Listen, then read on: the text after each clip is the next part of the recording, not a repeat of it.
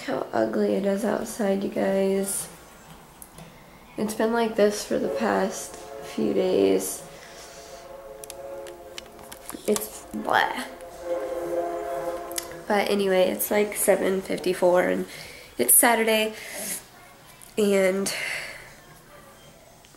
Nathaniel is still sleeping.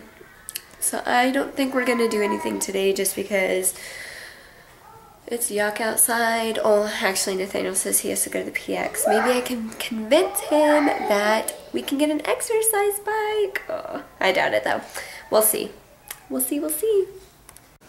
Today is a really sad day for us because when we lived in North Carolina and like we'd first moved in together, we got a dog and it was a Schipperke. And one day he got into a pillow and like chewed it up like a normal dog does.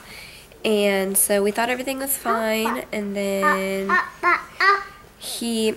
on March 6th he started to get really sick. So he started like throwing up, so we were like, oh, he'd probably just gotten into something and his stomach's hurting. So then he kept throwing up and kept throwing up until finally he was throwing up like just straight liquid, and he wasn't throwing up just a little bit like dogs normally do. He was throwing up like more than humans do when they throw up. So that's when we were like, okay, maybe we should take him to the vet. So we took him to the vet, and they said that they gave him some medicine to make the throwing up stop and to see if he would eat, because he wouldn't eat. So we gave him the medicine and he started to eat and stop throwing up, and then he started to throw up again like 2 days later.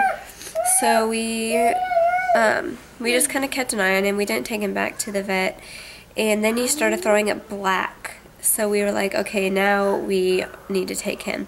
So we took him in on March 9th or 8th. I think it was the 8th. And they were like, well, we're going to have to keep him overnight and we'll see how he does. So they put an IV in his arm to get like fluids back in him since he was throwing up so much.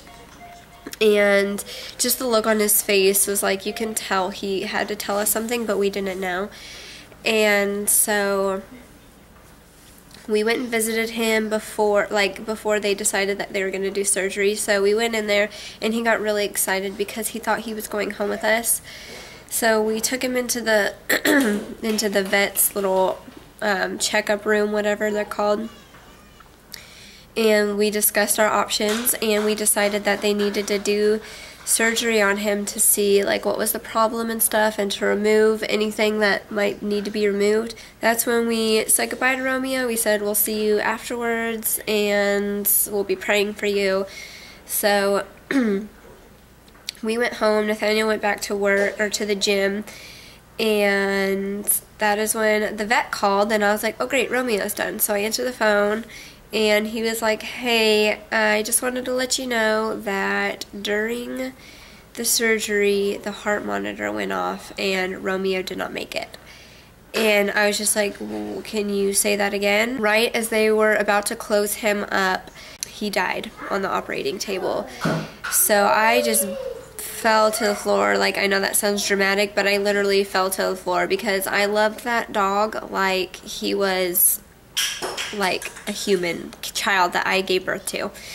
And Nathaniel has always wanted a Schipperke his whole life. You can't even imagine the love he had for Romeo. Anyway, I called Nathaniel and I was like, you need to get to the vet now. And it took me like a million times to call him because he was at the gym.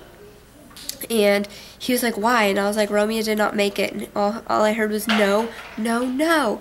Then he hung up the phone and went to the vet, and he got to see Romeo for the last time, and it was just a really hard day for us, and it's been a really hard year without him. We think about him every now and again and cry because we just feel like we could have prevented it somehow. Like, we knew he was trying to tell us something. Like, you could see the look in his face. Dogs know how to communicate with their humans. I wish we would have listened to him sooner and helped him, but basically he swallowed some like string or something from a pillow, and as his body was trying to puke it up, but it was wrapping around his intestines more and more he puked, so it was squeezing his intestines, and they said some of his intestines had died. And so basically he was in pain, so much pain, and it hurts so bad to think about it, but it was a whole year ago today that we lost Romeo, and I never thought we would lose him so soon. He would, in a month, exactly a month from today, he would have been 3 years old. I can't believe it. He's just, So we got him cremated, and we have some of his fur in a bag, and we have his collar and his leash still, but we have his ashes in like this little ash box, and it's like a little fancy one that the vet gave us, and he is on our nightstand next to our bed. So I wanted to tell you guys this story before Nathaniel woke up, because he said he didn't want to think about it today, and I don't blame him, because I really miss him. So now we have Boots and Yogi, and we had them at the same exact time as we had Romeo, and now we want another Skipper Key, not to replace Romeo, but just because we really love Skipper Keys. They are the best dogs ever. So yep, I hope we can find one soon, because they're so much fun, and I want another puppy. Not so bad, but yep. So today is Romeo's year anniversary of his death, so it's gonna be a sad day.